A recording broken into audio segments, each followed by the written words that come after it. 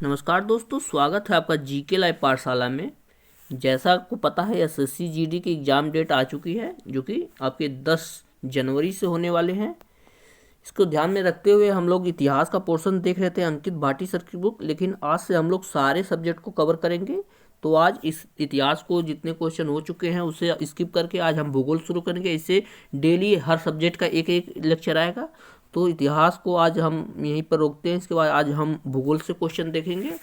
तो आप लोग वीडियो को जरूर लाइक कीजिएगा, चैनल को जरूर सब्सक्राइब कीजिएगा। चलिए चलते हैं भूगोल का पोर्शन की शुरुआत करते हैं। पहले क्वेश्चन से लेकर शुरुआत करेंगे भूगोल की। दिया गया आपका पहला क्वेश्चन, जो कि एसएससी जीडी के 1 दिसंबर 2021 में क्वेश्चन पूछा गया है।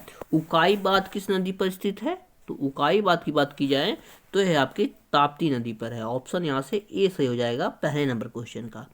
इसकी व्याख्या देख लेते हैं। दिया गया उकाई बांध को बल्लभ सागर बांध के नाम से जाना जाता है। तो कभी कभी बल्लभ सागर बांध पूछ लिया जाता है, तो ये भी उकाई बांध का ही दूसरा नाम है। यह ताप्ती नदी पर स्थित, आपको पता ही है। आगे देखते हैं। दिया गया सरदार सरोवर के बाद यह गुजरात राज्य का दूसरा सबसे बड़ा बांध है। गुजरात राज्य का दूसरा सबसे बड़ा बांध सरदार सरोवर पहला है, दूसरे नंबर पे आ जाता है आपका उकाई बांध। आगे देखते हैं। दिया गया उकाई बांध का उपयोग तापी जिले के उकाई शहर में बिजली उत्पादन, सिंचाई और बाढ़ नियंत्रण के लिए किया जाता है। यहाँ से 300 मेगावाट विद्युत लगाई गई है। कितने मेगावाट? 300 मेगावाट की विद्युत लगाई गई है। महत्वपूर्ण बिंदु देख लेते हैं। कुछ बांध दिए गए हैं, उससे संबंधित नदी दिया गया और प्रदेश दिया गया है। यहीं आपको सोमालिसिला बांध की बात की जाए तो यह आपका आंध्र प्रदेश में है और यह आपके पेनार नदी पर स्थित है। टिहरी बांध की बात की जाए तो यह उत्तराखंड में है, भागीरथी नदी पर है। बार बार एक क्वेश्चन पूछा जाता है। यहीं हीराकुंड बांध देखा जाए तो यह आपके उड़ीसा राज्य में महानदी पर स्थित है, हीराकुंड बांध। आगे देखते हैं। सलाल बांध परियोजना की बात की जाए तो आपके जम्मू कश्मीर में चिनाब नदी पर है सलाल बांध परियोजना। जम्मू कश्मीर में सलाल बांध परियोजना और यह चिनाब नदी पर स्थित है। उरी बांध की बात की जाए तो जम्मू कश्मीर में ये भी आपके झेलम नदी पर। भाखड़ा नांगल परियोजना, जो कि बार बार क्वेश्चन पूछा जाता है, तो भाखड़ा नांगल बांध आपका हिमाचल प्रदेश एवं पंजाब में है और यह सतलज नदी पर है। रेहंद बांध की बात की जाए तो ये भी बहुत बार पूछा जाता है। यह उत्तर प्रदेश में आपके रेहंद नदी पर स्थित है। और माता टीला बांध की बात की जाए तो ये भी आपके उत्तर प्रदेश के बेतवा नदी पर है। यहाँ से माता टीला बांध देखा जाए तो ये आपके उत्तर प्रदेश के बेतवा नदी पर है। मैथन बांध देखा जाए तो ये आपका झारखंड में है और बराकर नदी पर स्थित है। आगे आपका जवाहर सागर बांध है तो यह है आपका मध्य प्रदेश में चंबल नदी पर स्थित है। और नागार्जुन सागर बांध की बात की जाए तो यह आपका तेलंगाना राज्य में आपके कृष्णा नदी पर है। और इडुक्की बांध परियोजना की बात की जाए तो यह आपके केरल में है और किस नदी पर स्थित है? यह आपके पेरियार नदी पर आपका इडुक्की बांध परियोजना है। तो एक क्वेश्चन से हम लोग 10 से लगभग 15 क्वेश्चन यहाँ से क्लियर करके आगे बढ़ रहे हैं। आगे देखते हैं। अगला क्वेश्चन आपका, निम्नलिखित में से कृष्णा नदी की सहायक नदी कौन सी है? तो कृष्णा नदी की बात की जाए तो उसकी सहायक नदी एक घाट प्रभा जो है कृष्णा नदी की सहायक नदी है। ऑप्शन नंबर यहाँ से डी सही हो जाता है दूसरे नंबर क्वेश्चन का। देख लेते हैं इसकी व्याख्या क्या दी गई है। दिया गया आपका कृष्णा नदी की सहायक नदी घाट प्रभा है, जो कर्नाटक राज्य में होकर बहती है। तो घाट प्रभा नदी कहाँ बहती है? आपकी कर्नाटक राज्य में होकर बहती है।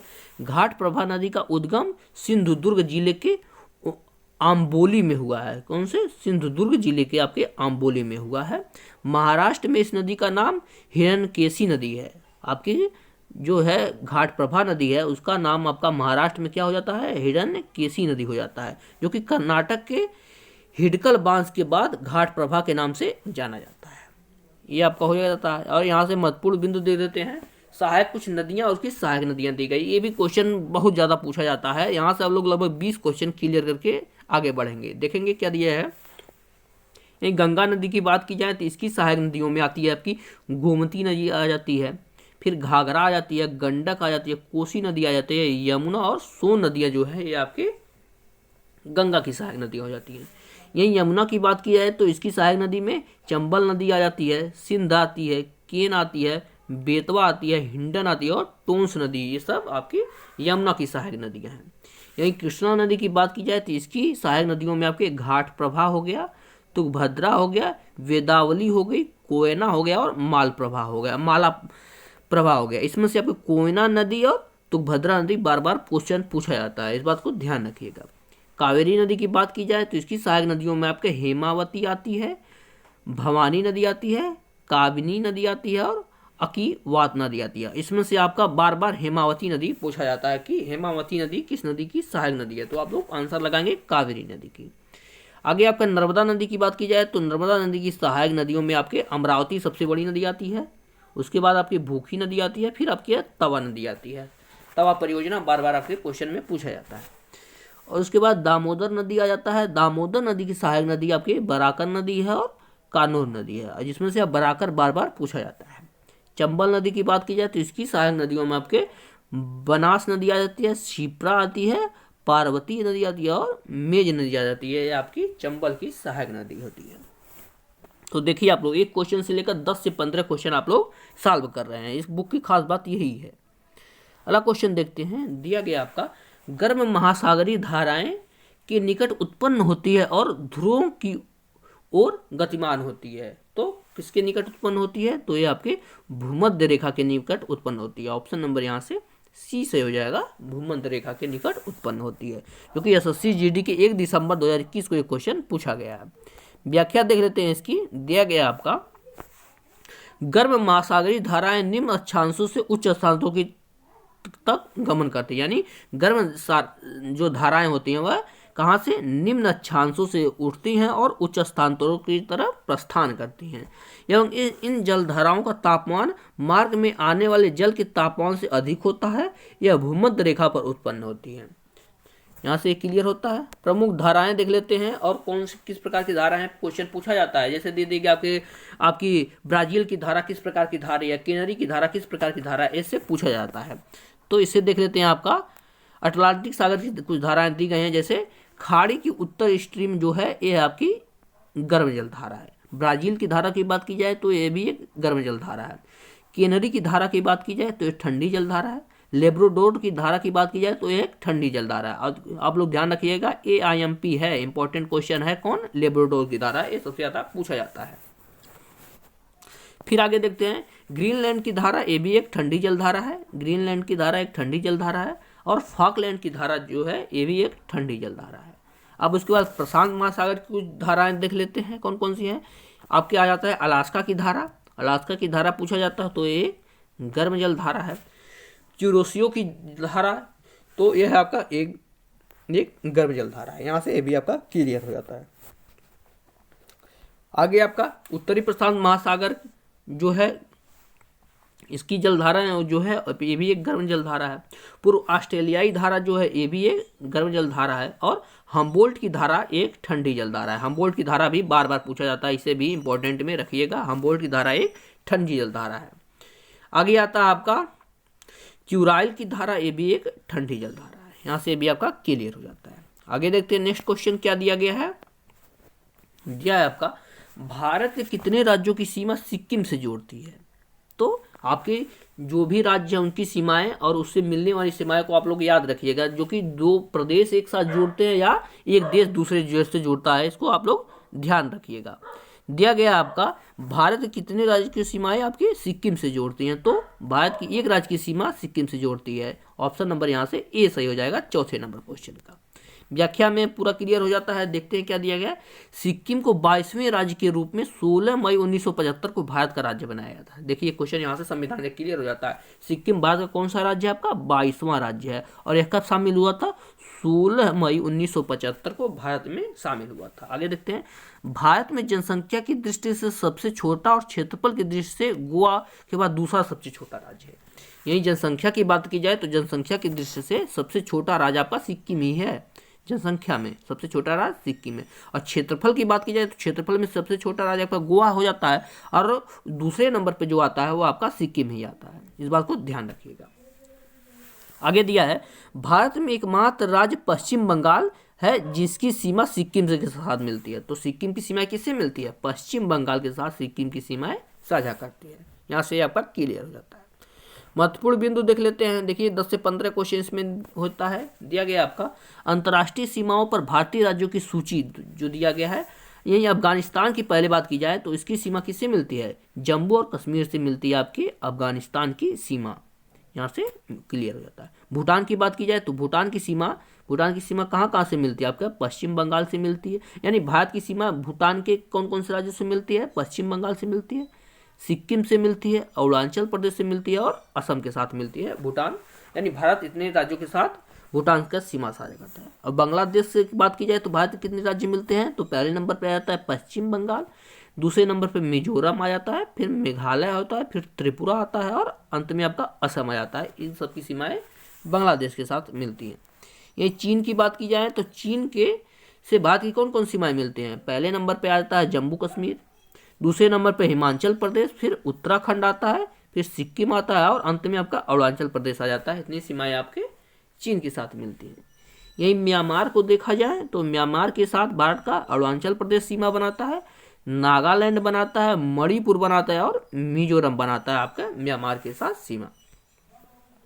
नेपाल की बात की जाए, बार बार नेपाल से पूछा जाता है, तो नेपाल की सीमाएं जो है भारत के साथ आपका बिहार से मिलती हैं, साथ में उत्तराखंड आ जाता है, फिर उत्तर प्रदेश आता है और सिक्किम आता है और लास्ट में आपका पश्चिम बंगाल आता है। ये सब आपकी नेपाल के साथ सीमा बनाती है। और पाकिस्तान की बात की जाए तो जम्मू कश्मीर की सीमा मिलती है, पंजाब की सीमा मिलती है, राजस्थान की और गुजरात की सीमा जो है पाकिस्तान के साथ साझा करती है। तो सारे जो आपके पड़ोसी देश हो गए उनके साथ भारत की सीमाएं कौन कौन मिलती हैं, यहाँ से आप लोगों ने देखा। आगे देखते हैं क्वेश्चन 5 नंबर का दिया गया आपका, छत्तीसगढ़ का स्थापना दिवस कब मनाया जाता है? तो छत्तीसगढ़ की बात की जाए तो 1 नवंबर को अपना स्थापना दिवस मनाता है। आपका ऑप्शन नंबर सी यहाँ से सही हो जाता है। हालांकि 1 नवंबर भारत के कई राज्य जो हैं अपना स्थापना दिवस मनाते हैं। व्याख्या में हो सकता है क्लियर हो जाए, देखते हैं। 1 नवंबर सन 2000, देखिएगा 1 नवंबर सन 2000 को छत्तीसगढ़ स्थापना दिवस के रूप में मनाया जाता है। छत्तीसगढ़ देश का 26वां राज्य बनाता है। सीधे सीधे पूछ लिया जाता है कौन सा राज्य जो है कौन से नंबर पर है, तो छत्तीसगढ़ जो है भारत का 26वां राज्य बना था आपका। प्रमुख बिंदु देख लेते हैं। प्रमुख राज्यों की स्थापना दिवस की बात की जाए, आंध्र प्रदेश की बात की जाए तो अपना 1 नवंबर 1956 को आपका भारत के साथ राज्य बना था, तो ये आपका 1 नवंबर को ये भी स्थापना दिवस मनाता है। अरुणाचल प्रदेश की बात की जाए तो यह भारत का 20 फरवरी 1987 को अरुणाचल प्रदेश की स्थापना हुई थी। आगे देखते हैं क्या दिया गया है। गोवा की बात की जाए तो गोवा दिवस जो है 30 मई को मनाया जाता है और गोवा का निर्माण आपका राज्य बना था 30 मई 1987 को। गुजरात की बात की जाए तो गुजरात दिवस भी 1 मई को मनाया जाता है और ये गुजरात राज्य बना था आपका 1 मई 1960 को गुजरात राज्य बन गया था। हरियाणा की बात की जाए तो हरियाणा दिवस भी 1 नवंबर को मनाया जाता है और हरियाणा की स्थापना आपका 1 नवंबर 1966 को हुई थी। झारखंड को देखा जाए तो झारखंड दिवस आपका 15 नवंबर को मनाया जाता है और झारखंड की स्थापना 15 नवंबर सन 2000 को हुई थी। महाराष्ट्र की बात की जाए तो महाराष्ट्र दिवस 1 मई को मनाया जाता है और महाराष्ट्र का निर्माण आपका 1 मई 1960 को हुआ था। उत्तराखंड को देखा जाए तो उत्तराखंड दिवस आपका 9 नवंबर को मनाया जाता है और 9 नवंबर सन 2000 में उत्तराखंड भी आपका उत्तर प्रदेश से अलग हुआ था। तो ये सभी राज्य हैं जिनकी स्थापना हुई थी। आगे देखते हैं 6वां क्वेश्चन दिया गया आपका, निम्नलिखित में से कौन सी मृदा संरक्षण की एक विधि है? तो मृदा संरक्षण की एक विधि आपका सीढ़ीदार खेत बनाना है। आपका ऑप्शन नंबर यहाँ से डी सही हो जाता है, आपका सीढ़ीदार खेत बनाना। देख लेते हैं व्याख्या क्या दिया गया। मृदा संरक्षण से तात्पर्य उन विधियों से जो मृदा को अपने स्थान से हटने से रोकती है, यानी मृदा के कटाव से रोकती हैं। मृदा संरक्षण की विधियां में क्या क्या आती हैं? आपकी वनों की रक्षा, वृक्षारोपण, बांध बनाना आता है, भूमि उद्धार आता है, बाढ़ नियंत्रण आता है और सीढ़ीदार खेत बनाकर मृदा का संरक्षण किया जा सकता है। ये सभी आपकी मृदा संरक्षण की विधियां हैं। यहाँ से 6 नंबर का क्वेश्चन क्लियर हो जाता है। आते हैं 7वें क्वेश्चन पर। दिया गया आपका उत्तराखंड का स्थापना दिवस कब मनाया जाता है? तो अभी आपके पढ़ के आए हैं पीछे, उत्तराखंड का स्थापना दिवस कब मनाया जाता है? 9 नवंबर सन 2000 को उत्तराखंड का निर्माण हुआ था ना, तो यहाँ से आपका ऑप्शन नंबर ए सही हो जाता है, 9 नवंबर को। व्याख्या देखते हैं। 9 नवंबर सन 2000 को उत्तराखंड स्थापना दिवस मनाया जाता है और यह भारत का कौन सा राज्य बना था? 27वां राज्य बना था आपका उत्तराखंड, जो कि उत्तर प्रदेश से अलग हुआ था। आगे देखते हैं 8वें नंबर का क्वेश्चन क्या दिया गया है। दिया गया है निम्नलिखित में से कौन सी श्रीलंका की पहली आधिकारिक भाषा है? तो श्रीलंका में कौन सी भाषा बोली जाती है? सिंहली बोली जाती है। आपका ऑप्शन नंबर ए सही होता है 8वें नंबर क्वेश्चन का। व्याख्या देखते हैं क्या दिया गया। श्रीलंका की पहली आधिकारिक भाषा सिंहली है। सिंघल द्वीप में बसने वाली जाति भी सिंघली कहलाती है। जो कि सिंघल देश में बसते हैं वहाँ की जातियाँ भी सिंघली कहलाती है। प्रमुख बिंदु देख लेते हैं क्या दिए गए। प्रमुख देशों की भाषाएं, यानी कौन से देश में कौन सी भाषा बोलते हैं। देखिए ज़्यादातर इस तरह क्वेश्चन में भारत के पड़ोसी देश से ही पूछे जाते हैं। दिया गया आपका भारत की राजभाषा हिंदी, आपको पता ही है। पाकिस्तान की बात की जाए तो वहाँ की राजभाषा आपका उर्दू है। भूटान की राजभाषा बात की जाए तो जोंगखा है। देखिएगा, ध्यान रखिएगा, जोंगखा है। और इजराइल की बात की जाए तो वहाँ हिब्रू बोली जाती है। इजराइल की राष्ट्रीय भाषा क्या है। देखिए, राष्ट्रीय भाषा कभी नहीं बोलते, किसी देश की कोई राष्ट्रीय भाषा नहीं होती है, उसे राज्य भाषा बोलते हैं। तो इजराइल की राज्य भाषा आपका हिब्रू होता है। आगे देखते हैं क्या दिया गया है आपका। 9वां क्वेश्चन देखते हैं। दिया गया आपका नर्मदा नदी मध्य प्रदेश में कहाँ से निकलती है। तो नर्मदा नदी जो है आपके अमरकंटक की पहाड़ियों से निकलती है। आपका ऑप्शन नंबर बी यहाँ सही होता है 9वें नंबर क्वेश्चन का। कहाँ से निकलती है, अमरकंटक की पहाड़ियों से निकलती है। व्याख्या देख लेते हैं। दिया गया आपका नर्मदा नदी का उद्गम स्थल अमरकंटक है, जो मध्य प्रदेश के शहडोल जिले की पुष्पराजगढ़ तहसील में पड़ता है। नर्मदा नदी पवित्र नदियों में गिनी जाती है। यहाँ से क्लियर हो जाता है। आते हैं 10वें नंबर क्वेश्चन पर, जो कि एसएससी जीडी 2 दिसंबर 2021 को एक क्वेश्चन पूछा गया था। दिया गया आपका निम्नलिखित में से कौन सा मृदा निर्माण का कारक नहीं है। तो इसमें आपका अकार्बनिक सामग्री की भूमिका जो है मृदा निर्माण का कारक नहीं है। ऑप्शन नंबर ए सही हो जाता है 10वें नंबर क्वेश्चन का। व्याख्या देखते हैं क्या दिया गया आपका। मृदा निर्माण के कारक मृदा निर्माण को नियंत्रण करने वाले 5 कारकों में कौन कौन आते हैं आपका। पहला मूल आता है, दूसरा आपका नंबर पर सेल आता है, तीसरे नंबर पर उच्चावच समय आता है, और चौथे नंबर पर बात की जाए तो जलवायु तथा जैविक तत्व शामिल है। पहले 3 कारकों को निष्क्रिय कारक तथा अंतिम 2 कारकों को क्रियाशील कारक बोलते हैं। यानी मूल, शैव, उच्चावच समय जो है आपका निष्क्रिय कारक में गिने जाते हैं, और अंतिम में 2 जलवायु और जैविक तत्व जो है वो आपके क्रियाशील कारकों में गिने जाते हैं। अकार्बनिक सामग्री की मृदा भूमिका निर्माण का कारक नहीं है। ये आपका क्लियर हो जाता है। आगे देखते हैं नेक्स्ट क्वेश्चन। लैब्राडोर सागर और भूमध्य सागर किस महासागर का हिस्सा है। तो इसकी बात की जाए तो यह आपका अटलांटिक महासागर का हिस्सा है। आपका ऑप्शन नंबर ए यहाँ सही हो जाता है 11 नंबर क्वेश्चन में, अटलांटिक महासागर की हिस्सा है। व्याख्या देख लेते हैं। लैब्राडोर की धारा जो है, यानी लैब्राडोर सागर उत्तरी अटलांटिक महासागर का एक भाग है। भूमध्य सागर अटलांटिक महासागर से संयोजित का एक सागर है, जो भूमध्य बेसिन से घिरा हुआ है। यहाँ से आपका क्लियर हो जाता है। आगे देखते हैं। दिया गया आपका प्यूर्टोरिको खाई निम्न में से किस महासागर में स्थित है। तो प्यूर्टोरिको खाई की बात की जाए तो वह अटलांटिक महासागर में स्थित है। ऑप्शन नंबर डी यहाँ से सही हो जाता है, अटलांटिक महासागर। देखिए, विश्व भूगोल से क्वेश्चन है, जो कि एसएससी जीडी 2 दिसंबर 2021 में क्वेश्चन पूछा गया था। आते हैं इसके व्याख्या देखते हैं 12 नंबर क्वेश्चन का। क्या दिया गया है। हाँ देखिए, दिया गया पोर्तो रिको ट्रेंच अटलांटिक महासागर में स्थित है। यह विश्व के दूसरी सबसे गहरी ट्रेंच अथवा गर्त है। इसकी अधिकतम गहराई कितना है आपका। इसकी अधिकतम गहराई आपका 8380 मीटर है। और आपको पता है पहले नंबर पर आपका मेरियाना ट्रेंच आता है, दूसरे नंबर पर आपका पोर्टोरिको ट्रेंच आता है दूसरे नंबर पर, जिसकी गहराई 8380 मीटर लगभग है। महत्वपूर्ण बिंदु देख लेते हैं। मेरियाना ट्रेंच धरती की सबसे गहरी जगह है। देखिए, पहले ही बता चुके हैं, मेरियाना ट्रेंच जो है सबसे गहरी खाई है, जिसका समुद्र तल से कितना है आपका 10,898 मीटर से 10,916 मीटर तक गहरा है। देखिए, इसके बीच कोई भी डाटा दे सकता है, तो आप लोग यहाँ से निकाल सकते हैं। मेरियाना ट्रेंच कहाँ पर स्थित है। फिलीपींस के पूर्व में स्थित है। मेरियाना ट्रेंच कहाँ पर स्थित है आपका। फिलीपींस जो देश है इसके पूर्व में स्थित है आपका। आगे देखते हैं 13 नंबर का क्वेश्चन। दिया गया आपका मिट्टी की सबसे निचली परत को क्या कहा जाता है। तो मिट्टी की सबसे निचली परत को आपका तल सेल कहा जाता है। आपका ऑप्शन नंबर ए सही है, आपका तल सेल कहा जाता है। मिट्टी की सबसे निचली परत को तल सेल कहा जाता है। अंग्रेजी में भी दिया जाता है, तो वहाँ से बेडरॉक भी आप लोग कह सकते हैं। व्याख्या देख लेते हैं। तलशिला जो है पृथ्वी व अन्य स्थलीय ग्रहों पर उनकी ऊपरी सतह के नीचे संगठित पत्थर को कहते हैं। यह मिट्टी की सबसे निचली परत कहलाती है। यहाँ से आपका ये क्लियर हो जाएगा। अगला क्वेश्चन दिया गया है आपका हिंद महासागर में कौन सा समुद्री बंदरगाह स्थित है? तो हिंद महासागर में समुद्री बंदरगाह की बात की जाए तो वो कोच्चि पोर्टल जो है, जो कि केरल में स्थित है। आपका ऑप्शन नंबर यहाँ से बी सही हो जाता है 14 नंबर क्वेश्चन का। व्याख्या क्या दिया गया देखते हैं। हिंद महासागर में कई समुद्री बंदरगाह स्थित हैं, जो कि आपको पता ही है। इसमें से कौन कौन है? जैसे जवाहरलाल नेहरू पोर्ट ट्रस्ट है, ये भी आपका हिंद महासागर में स्थित है। यहाँ से जवाहरलाल नेहरू पोर्ट ट्रस्ट हो गया। नवी मुंबई, जो कि नवी मुंबई हो गई। फिर कोच्चि पोर्ट हो गया, केरल आदि सभी आपके पोर्ट जो है जो हिंद महासागर में स्थित है।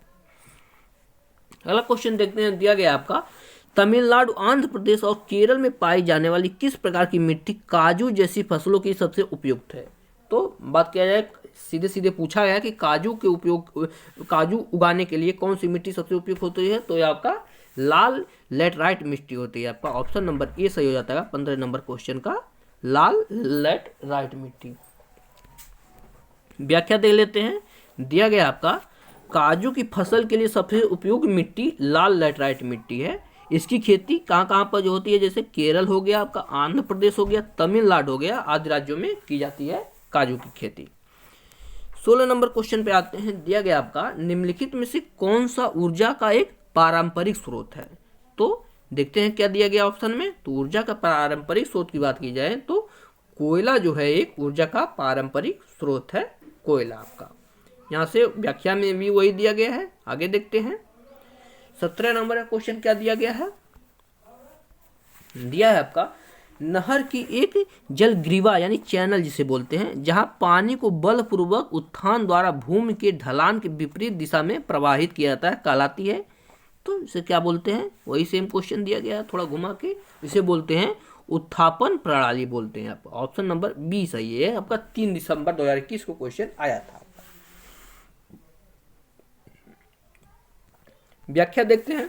नहर की एक जलग्रीवा जिसे नहीं चैनल बोलते हैं, जैसे 11 डिग्री चैनल, 9 डिग्री चैनल, जिस तरह से बात बोलते हैं, जहां पानी को बलपूर्वक उत्थान द्वारा भूमि के ढलान के विपरीत दिशा में प्रवाहित करता है, उत्थान प्रणाली कहलाता है। यहां से आपका क्लियर हो जाता है। आते हैं 18 नंबर क्वेश्चन पे। दिया गया आपका किस श्रेणी को ऊपरी एशिया के रीढ़ के रूप में जाना जाता है? तो इसे आपका काराकोरम श्रेणी जो है, इसे ऊपरी एशिया के रीढ़ के रूप में जाना जाता है। आपका ऑप्शन नंबर ए सही हो जाएगा, काराकोरम श्रेणी। जो आपके ट्रांस हिमालय की भाग हैं, आपको पता है काराकोरम, लद्दाख, ये सब ट्रांस हिमालय के भाग हैं। आगे देखते हैं जास्कर की पहाड़ियाँ हो गई, ये सब वहाँ के भाग हैं। देखते हैं अब क्या दिया गया। काराकोरम श्रेणी हिमालय पर्वत का एक भाग है। इसका प्राचीन नाम कृष्णगिरी है। देखिए काराकोरम का प्राचीन नाम पूछा जा सकता है, तो इसका प्राचीन नाम अगर कृष्णगिरी था। काराकोरम किर्गिज भाषा शब्द है जिसका अर्थ होता है काली।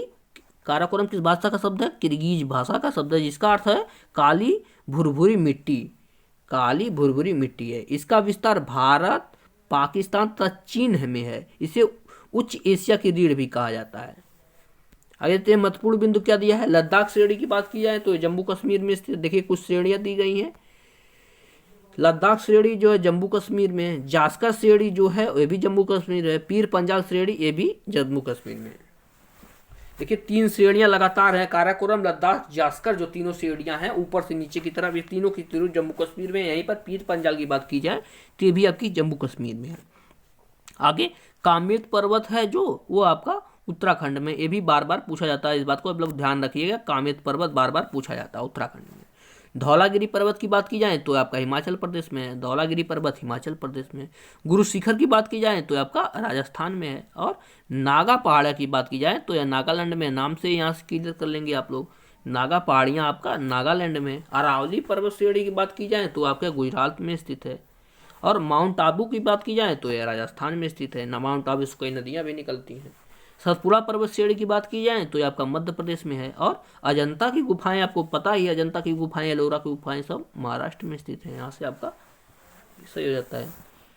आगे देखते हैं क्या दिया गया है। नेक्स्ट क्वेश्चन पर आते हैं। 19 नंबर का क्वेश्चन देखते हैं। दिया गया आपका भारत में हरित क्रांति के दौरान खेती की आधुनिक तरीकों को आजमाने वाला पहला राज्य निम्नलिखित में से कौन था? तो हरित क्रांति का प्रयोग जो है सबसे पहले पंजाब से ही शुरू हुआ था ना, तो यहाँ से आप लोग पंजाब लगा लेंगे। ऑप्शन नंबर बी यहाँ से सही कर लेंगे। व्याख्या देखते हैं क्या दिया गया आपका। भारत में हरित क्रांति के दौरान खेती के आधुनिक तरीके आजमाने वाला पहला राज्य आपका पंजाब था। यहाँ से क्लियर है। दिया गया आपका पंजाब में 1960 के दशक में, यानी 1960 के दशक में हरित क्रांति की शुरुआत मानी जाती है। हरित क्रांति के राज्य में तेजी से कृषि क्षेत्र में शानदार विकास किया। 1960 के दशक से ही आपकी हरित क्रांति की शुरुआत हो गई थी। आगे देखते हैं कुछ क्रांतियां दी गई, उससे संबंधित आपके क्षेत्र दिया गया। श्वेत क्रांति आपका दूध उत्पादन से आपको पता है वर्गीस कुरियन जी थे यहाँ से। फिर नीली क्रांति की बात की जाए तो आपके मत्स्य उत्पादन से आ जाता है नीली क्रांति। पीली क्रांति की बात की जाए तो तिलहन उत्पादन से आ जाता है पीली क्रांति। लाल क्रांति की बात की जाए तो आपका मांस और टमाटर उत्पादन से संबंधित हो जाता है लाल क्रांति। गोल क्रांति की बात की जाए तो आपका आलू उत्पादन से संबंधित होते हैं। यही सुनहरी क्रांति देखा जाए तो ये आपका फल उत्पादन से संबंधित आपके सुनहरी क्रांति। आते हैं अगले क्वेश्चन पर। 20 नंबर का क्वेश्चन है, भारत का सबसे लंबा नदी पुल की बात की जाए तो ये आपका ढोला सादिया, यानी देखिए क्वेश्चन यहीं से क्लियर कर दिया। एक क्वेश्चन का आंसर यही मिल जा रहा है। भारत का सबसे लंबा नदी पुल जो कि ढोला सादिया निम्नलिखित में से किस नदी पर बनाया जा रहा है? तो ढोला सादिया कौन सी नदी पर है? आपके ब्रह्मपुत्र नदी पर है। ऑप्शन नंबर यहाँ से सी सही हो जाता है। व्याख्या देख लेते हैं।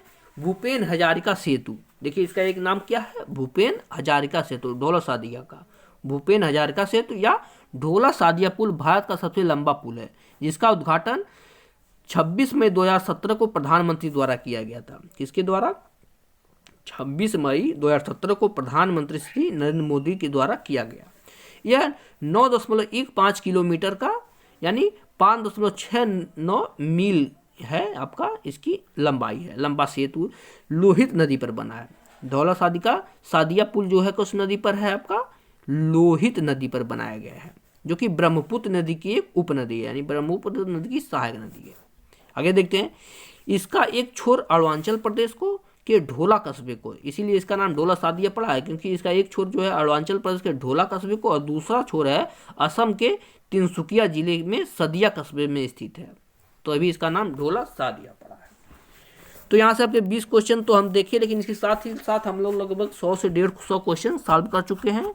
तो इस लेक्चर को यहीं रोकते हैं, आगे देखेंगे कल इसका अगला पार्ट। तब तक के लिए वीडियो को आप लोग जरूर लाइक कीजिएगा, चैनल को जरूर सब्सक्राइब कीजिएगा और उसके PDF के लिए आप टेलीग्राम चैनल को ज्वाइन कर लीजिएगा, जिसका लिंक डिस्क्रिप्शन बॉक्स में है। इससे पहले हम लोग इतिहास के 2-3 लेक्चर कवर कर चुके हैं, उसे भी आप लोग जरूर देखिएगा। उसका लिंक आपका डिस्क्रिप्शन बॉक्स में है, उसका अलग से प्लेलिस्ट बन गया है, तो उसे भी आप लोग जरूर देखिएगा। वीडियो को जरूर लाइक कीजिएगा। तब तक के लिए धन्यवाद।